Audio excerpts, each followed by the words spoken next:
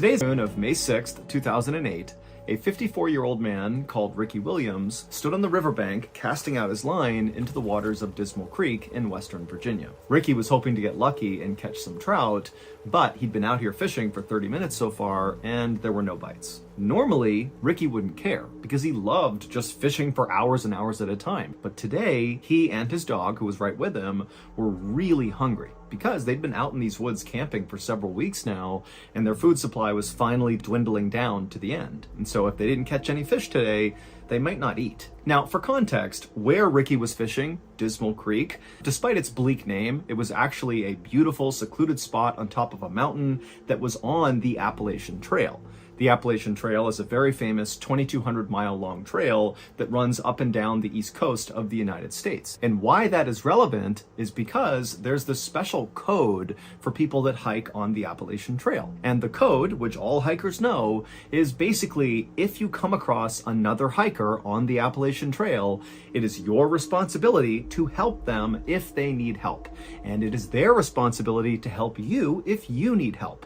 So it's this community of hikers that are always looking to help each other. And so Ricky was very aware of this code on the Appalachian Trail, and he was secretly hoping, as he cast his line over and over again and didn't get any bites, that a hiker or a group of hikers might come by this area and maybe they would see him and come down and learn that he needed food, and they might just give him some of their food. But another half hour passed and no hikers came by, and still Ricky could not catch any fish. But then suddenly, Ricky's dog, who was right next to him, began to whine and kind of began shifting around like it was sensing a predator in the area or something. But as Ricky was trying to calm his dog down, he began to hear a voice in the woods right behind him. Somebody was moving towards him. And when Ricky heard this voice, on the one hand, he was pretty excited because maybe this is a hiker who can give him some food. But on the other hand, Ricky couldn't help but feel really uneasy. Now, you need to understand that Ricky was an older guy, he was kind of frail, and over the past few weeks that he'd been camping with his dog,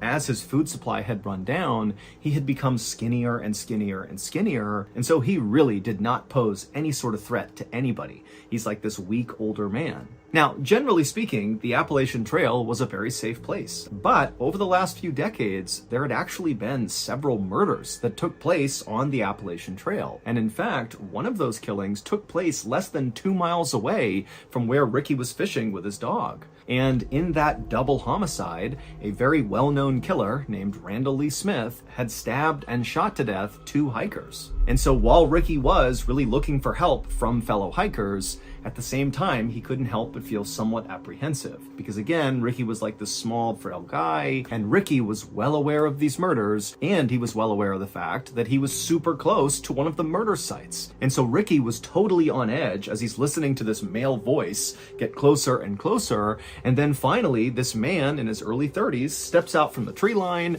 and he looks over and he sees Ricky, and for a second, the two men just kind of look at each other, but then this guy just grinned at Ricky and said, "Hey, how you doing?" And immediately Ricky felt relieved because he could tell just from looking at this guy that very likely he was not a threat. The man introduced himself as Scott Johnston, and he told Ricky he was actually camping in the area with a friend of his, and they were out here fishing just like Ricky. And Ricky pretty much immediately said, "Oh, great, nice to meet you. Do you have any food for me?" And Scott was like, "Absolutely." And he dug into his bag that he had with him, and he pulled out a couple energy bars and a bag of chips, and he threw them over to Ricky. And he also gave some fresh bait to Ricky so he too could cast out again. And for the next couple of hours, Scott and Ricky just stood on the riverbank and fished together.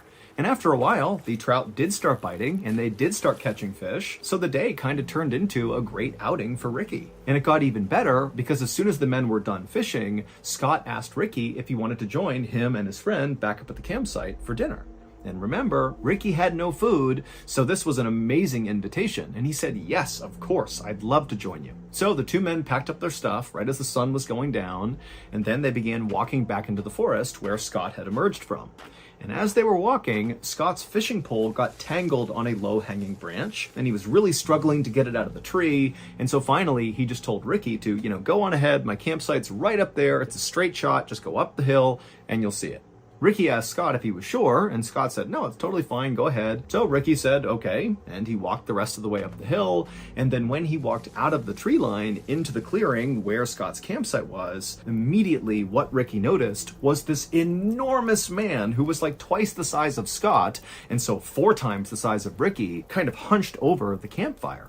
And this huge man, who presumably was Scott's friend, he heard Ricky walk into the circle, and remember, it's nighttime and they're kind of in the middle of nowhere, and so this guy, he turns his head around and sees this strange man just standing there, and Scott's nowhere to be found, and so this guy, he grabs a club, like a piece of wood, and he looks at Ricky kind of menacingly, like, what are you doing here? And Ricky, who was so caught off guard by just how big this guy was, he put his hands up and he said, I'm so sorry, Scott sent me up here. I don't know if this is the right site, I'm sorry. But just at that moment, Scott had finished untangling his fishing line, and he came out of the tree line and he patted Ricky on the back and he said, oh, you've already met my friend Sean. And as soon as he said that, Sean looked like he basically let his guard down. You know, he put the wood down and he stopped glaring directly at Ricky. But Ricky felt like Sean was not happy that Ricky was in his campsite, even though clearly Scott is the reason that Ricky is in this campsite. And so Ricky just felt really uncomfortable. And at the same time, Scott is ushering Ricky closer to the campfire to take a seat next to Sean. You know, Sean's a great cook. He'll cook up this fish for us. It's going to be great. You know, take a seat. Ricky felt kind of annoyed that Scott was really forcing him to stay. But Ricky didn't want to be rude and just kind of abruptly leave, so he did take a seat next to Sean, who definitely was not excited to be sitting next to Ricky, and Ricky just kind of sat there waiting to see what would happen next. And what happened next is Scott walked over to Sean and handed off all the fish that he and Ricky had caught so that Sean could begin to prepare them, to cook them. And then as Ricky is still just sitting there right next to Sean, Scott walked away from the campfire up to his truck, which was parked right next to Sean's Jeep. And Scott turned on the radio and began blasting country music. And when Ricky heard this music, he kind of winced, because to him, you know, part of the reason the outdoors, the Appalachian Trail, you know, being out in nature, part of the reason it was so wonderful was for the peace and quiet. And so it felt kind of like borderline disrespectful to be out in the middle of this beautiful place, blaring country music. And so to Ricky, he just couldn't help but feel like there's something off about these two guys. They just seem really disrespectful and kind of pushy and maybe aggressive. And so Ricky is just not happy.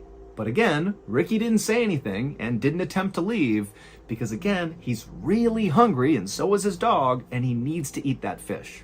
A moment later, Scott walked back from the truck and took a seat next to Sean, and then he, along with Sean, pulled out their knives and began deboning the fish.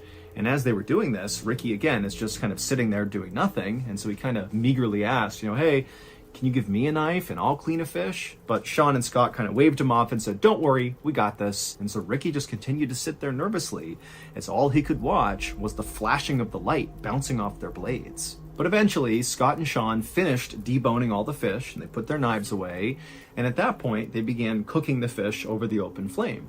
And suddenly for Ricky, it felt like, you know, the mood had shifted a little bit. At least now the two men were not fiddling around with weapons. You know, it felt kind of safe again. And so Ricky began making some small talk in hopes that would kind of, you know, settle his nerves. And so Ricky told the two men about how much he loved the Appalachian Trail and how he came out here all the time for weeks at a time with his dog. And Ricky would tell the men that, you know, sometimes he felt more at home out in the wild than he did at home. It was almost like being out in nature was a religious experience for Ricky.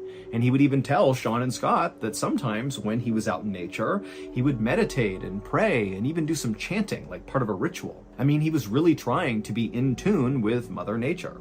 But as Ricky continued to tell Sean and Scott about his personal life, he noticed the two men were definitely paying attention and kind of nodding along at appropriate points in the story. But at the same time, Ricky felt like these two men were also kind of looking at him like Ricky was kind of weird, as if they were not prepared to come out and say it, but after hearing all these things about his life, it was like, what's going on with this guy? And so Ricky suddenly felt really embarrassed about being so open with these two guys who once again just seem like they don't quite like him or even really want him here. But luckily, right at that moment, the fish were done, and so the men just sat there in silence and wolfed down the food. By the time they finished, right about 8 p.m., it was very dark outside, and Ricky at this point is just ready to go. You know, he just felt so uneasy here. And so after putting down his plate and his silverware and saying thank you to Sean and Scott for their hospitality, he quickly got up and grabbed his dog, and he began walking into the woods towards his campsite.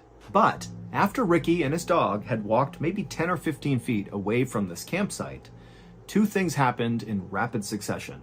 Number one, Ricky suddenly stopped and turned around and looked back at the campsite. And number two, right as he did this, there was this enormous bang sound, like a small explosion that echoed through the forest.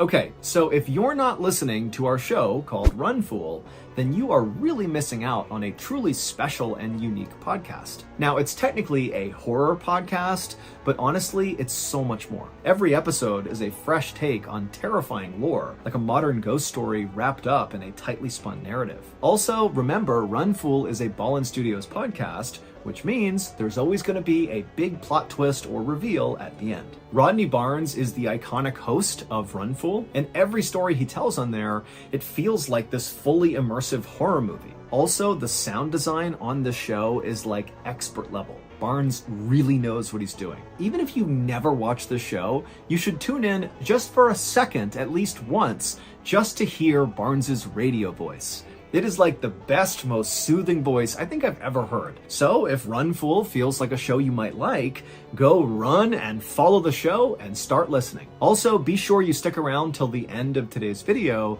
because we're going to play a clip from last week's episode of Run Fool.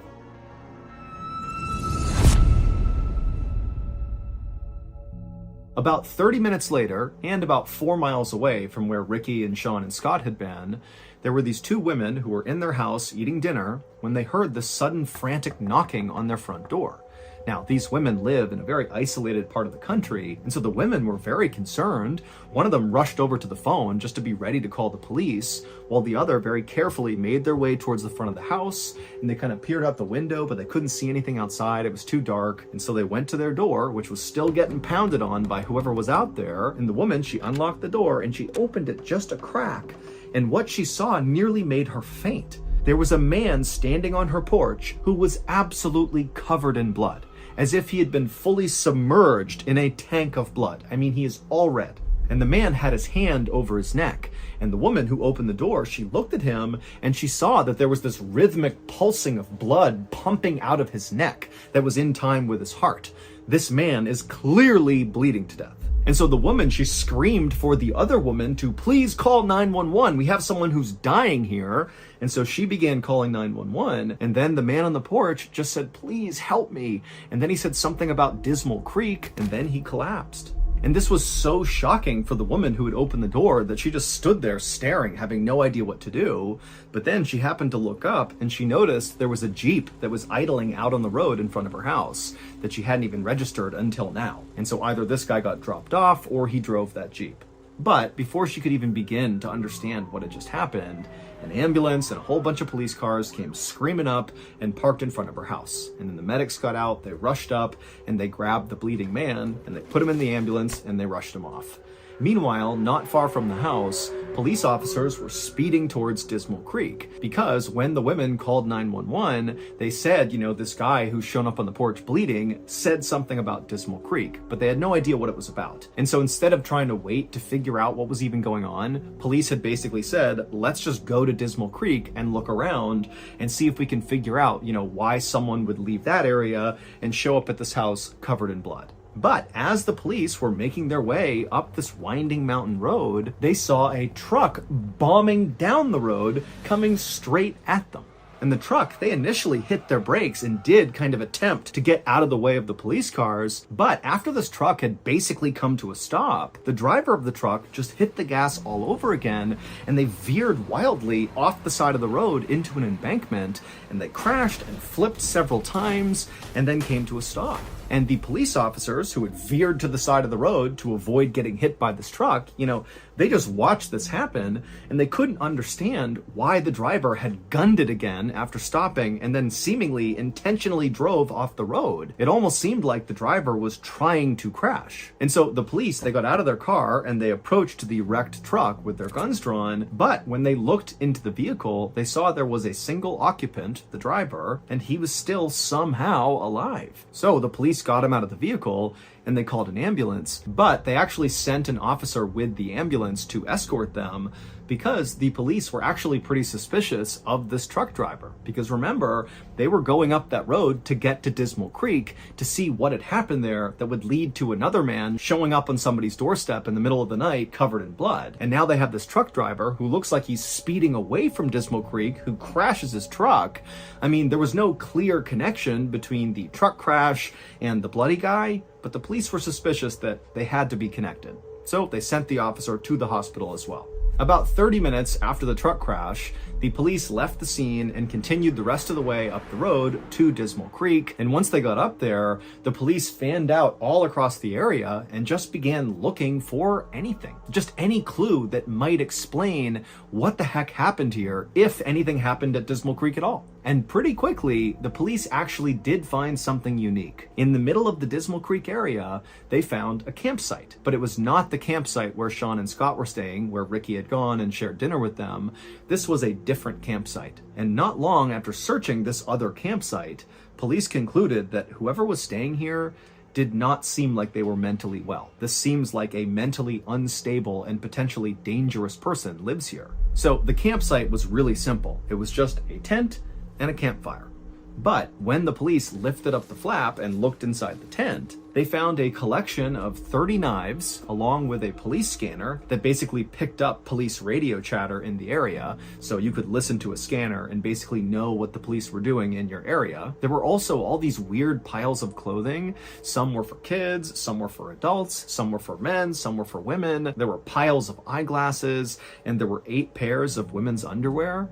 And then also there was a map of the Appalachian Trail inside of this tent, and all over this map along the trail were all these spots that were circled, but there was no information about what these circles meant. However, one of the places that was circled was Dismal Creek. And then next to the map was a radio, and inside the radio was a cassette. And so the police just hit play, and immediately what they heard totally creeped them out, because the tape sounded like some kind of satanic ritual.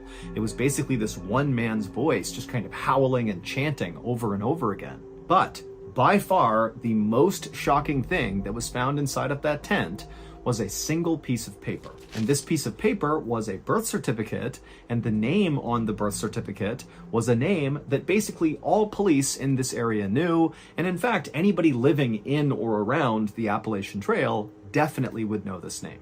And the identity of this person, the name on the birth certificate, was the key to putting together all these seemingly disconnected events that had happened on this night. From the explosion when Ricky walked away from the fire, to the bloody man at the house, to the truck crash, they were all connected through this single person.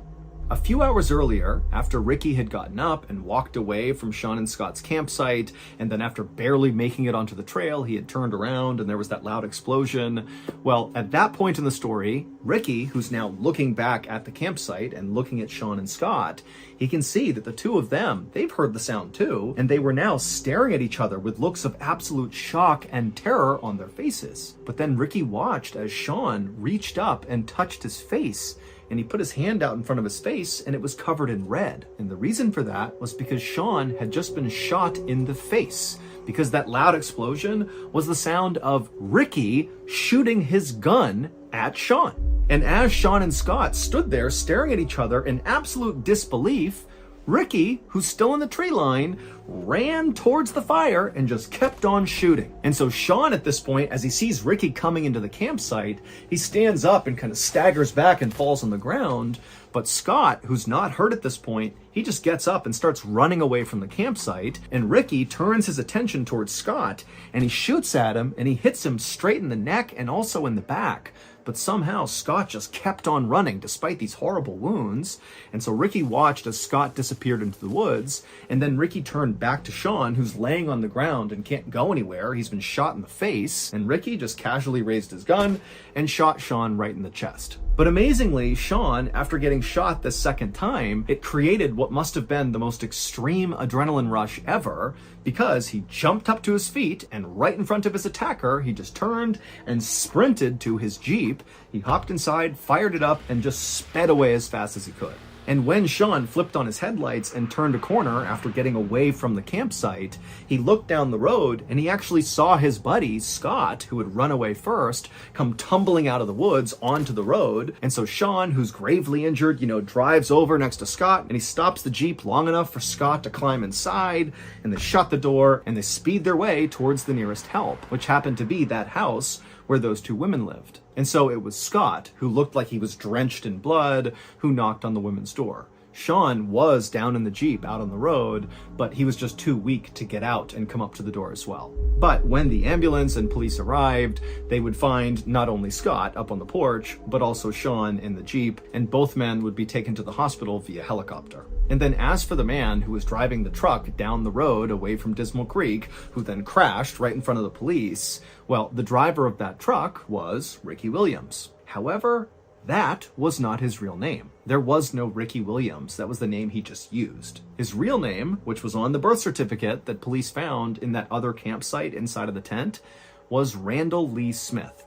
The same infamous Randall Lee Smith who had murdered those two hikers not far from Dismal Creek. That double homicide had happened in 1981, and Randall was caught and convicted. But he was paroled 15 years later in 1996 for good behavior. And for 10 years after that, Randall lived with his mother and he wore this electronic bracelet and, he followed the rules. But by 2008, his electronic bracelet had came off, and even though Randall had attempted to continue living with his mother, it just wasn't tenable. He didn't have enough money, and so ultimately he packed up his things, grabbed his dog, and moved out onto the Appalachian Trail. And on May 6th, 2008, when Sean and Scott arrived in Dismal Creek to go fishing, Randall was waiting. Nobody has any idea why Randall murdered those two hikers back in 1981 or why he targeted Sean and Scott in 2008. All we know is that Randall Lee Smith was very mentally unwell and very likely viewed the Appalachian Trail as like his sacred place. This is his home. This is the place he loves more than anything.